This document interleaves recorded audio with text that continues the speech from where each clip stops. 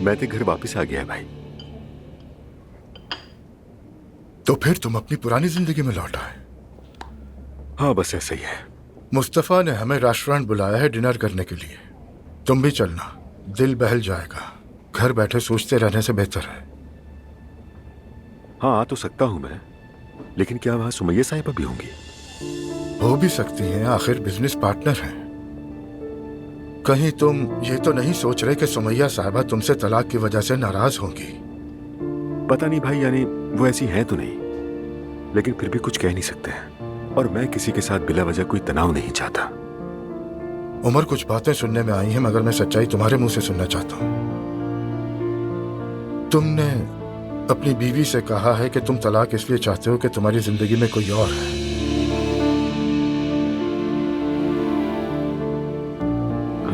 भाई आप बुरा ना माने तो मैं इस पर मजीद कोई बात नहीं करना चाहता। समझ गया, इसका मतलब ये बात सच है। ज़ैनब और मैं एक दूसरे के साथ एडजस्ट नहीं कर पा रहे थे। काफी कॉम्प्लिकेशंस थी और मैं नहीं चाहता था कि वो आगे जाकर तकलीफ उठाए। काश के कोई मसला ना होता। तुम लोग कोई बच्चे नहीं हो, दोनों समझदार और बालिग हो। जिसने भी गलती की वो भुगतेगा। जी भाई। खैर, रात को डिनर पे चलोगे ना? आऊंगा।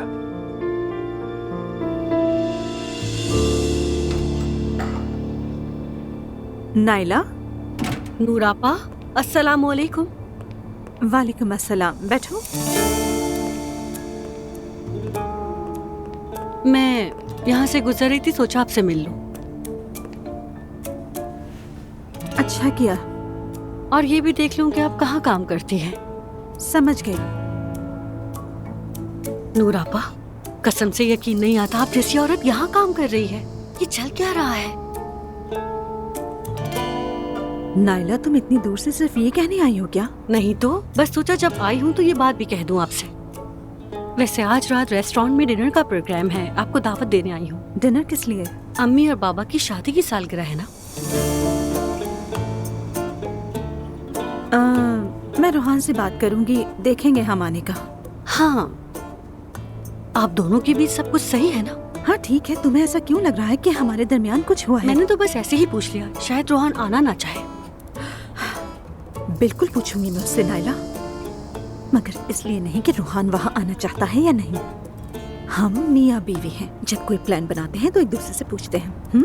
हाँ बिल्कुल ठीक कहा। मैं और मुस्तफा भी ऐसे ही करते हैं। खैर मैं चलती हूँ, रोहान से बात करके बता दीजिएगा, मगर आप लोगों का आना जरूरी है, वरना अम्मी को बुरा लगेगा।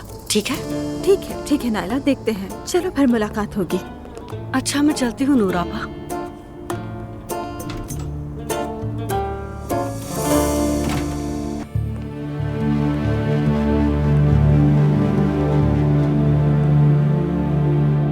ये कहना कि तुम्हें किसी और से मोहब्बत है और अनइंटेंशनली अपनी महबूबा को दुख ना पहुंचाना कुछ ज्यादा ही अजीब नहीं है ये? एलिफ, मेरा यकीन करो, मैं वाकई ज़ैनब को धोखा नहीं देना चाहता था। अच्छा तो फिर ये बताओ कि नाम क्या है उसका जिससे तुम्हें अचानक मोहब्बत हो गई? कैसी है, कहाँ से आई है, कौन, कितनी लंबी है और नाम क्या है उसका? नहीं, ये नहीं हो सकता। एक तरफ एलिफ और दूसरी तरफ मेरा भाई।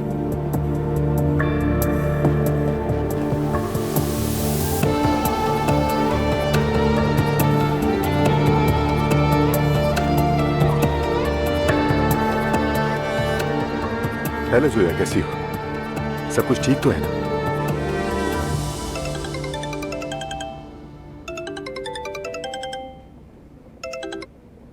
हेलो मेरी जान। कैसे हो मेरी जान? ठीक हो, बस बेकार बैठा हूं। नाइला आई थी, वो कह रही थी कि आज शाम मम्मी बाबा की वेडिंग एनिवर्सरी है भाई के रेस्टोरेंट में, और हम दोनों भी वहाँ पर इनवाइटेड हैं। क्या हम दोनों चलने का प्लान करें?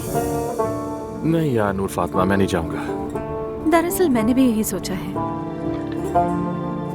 मेरा मतलब है हर कोई कुछ ना कुछ कहता रहता है, बस अब और बर्दाश्त नहीं होता। वैसे ही हम पहले से प्रेशर में हैं, लेकिन तुम जरूर जाना। और मेरा पूछे तो बस कोई भी बहाना बना देना अच्छा सा। नहीं मेरी जान, ऐसा बिल्कुल नहीं हो सकता। हम दोनों साथ जाएंगे, वरना नहीं जाएंगे। मैं बाद में अम्मी से कह दूंगी कि हम थके हुए थे या कुछ और, फिक्र नहीं करो। इसके लिए मैं माजरत चाहता हूँ। कोई बात नहीं रोहान, मैं जरा बाहर जा रही हूँ, फिर घर पर तुमसे मिलती हूँ मेरी जान। चलो ठीक है मेरी जान।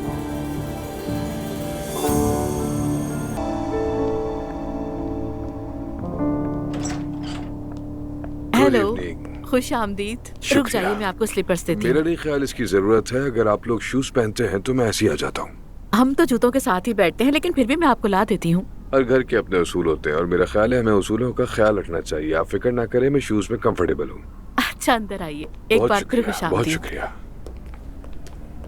Hello, good evening. अस्सलाम वालेकुम बाबा। खुश आमदीद। हेलो जिमल, कैसी हो तुम? अच्छी हूँ, बल्कि अच्छे हैं। आज हम बहुत ज्यादा घूमे और बहुत सी शॉपिंग भी की। हाँ, मुझे अच्छी तरह पता है और मुझे खुशी है कि तुम दोनों एक दूसरे के साथ इतनी अच्छी तरह घुल मिल गए। आप बैठिए, यहाँ पर चाय लेकर आती हूँ आपके लिए। अगर आपको सहमत ना हो तो। अरे नहीं, इसमें सहमत की क्या बात है। ठीक है। चलो महल, मेरे कमरे में चलते हैं। जो लिस्टें बनाई हैं हम वो देख लेंगे। चलो ठीक है। हम अंदर ठीक हैं। है, ठीक है।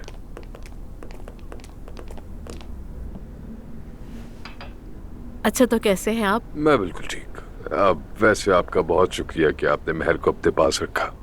शुक्रिया की तो कोई बात नहीं है। आपकी बेटी जिमल की अच्छी फ्रेंड है, जब चाहे आ सकती है। जिमल को भी हमारे घर हमेशा खुश आमदीद। महर दरअसल बचपन से ज्यादा मिलनसार नहीं थी, उसके ज्यादा दोस्त भी नहीं थे। इसलिए मुझे वाकई खुशी है कि वो जिमल के साथ वक्त गुजारती है।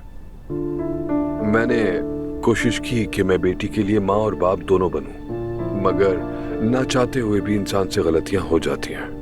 दरअसल सिंगल पेरेंट्स के लिए सब कुछ इतना आसान नहीं होता। आपकी बात को मैं अच्छी तरह समझ सकती हूँ, क्योंकि मेरा भी यही मसला रहा है। मेरे साबिक शौहर बच्चों की परवरिश के वक्त ज्यादा साथ नहीं देते थे। मतलब ये कि मैंने अपने बच्चों को अकेले ही पाला है। अब जब सोचती हूँ तो शुक्र करती हूँ कि सब अच्छे से हो गया। और आपने वाकई दो बहुत काबिल बेटियों की तरबियत की है। बहुत शुक्रिया आपका, और आपने भी। शुक्रिया। दरअसल मैं ये बात छेड़ना तो नहीं चाहता था, लेकिन उमर ने बताया आप लोगों की सेपरेशन हो गई है। अफसोस हुआ मुझे। शायद यही बेहतर था, और ऐसा ही होना था। अल्लाह आसानी करे।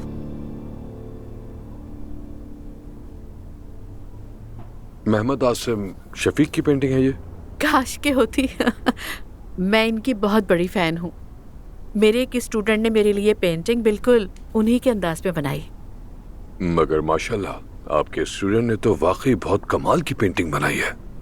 जी, अब वो मैमार सिनार यूनिवर्सिटी में है। वैसे मैं मोहम्मद आसिम शफीक की दीवानी हूँ और उनकी हर एग्जीबिशन में गई हूँ, लेकिन मैंने सुना है कि अब शायद उन्होंने काम छोड़ दिया है और उनके असल फन पारे कीमती खजाने बन चुके हैं। ऐसा ही है, अब वो जरा उम्र रसीदा हो गए और बुढ़ापे के साथ साथ थोड़े कड़वे भी। क्या आप उन्हें जानते हैं? हाँ, कुछ अरसे मेरी मुलाकात रही है उनसे। अच्छा, तो अब आप कसरे नफसी से काम ले रहे हैं।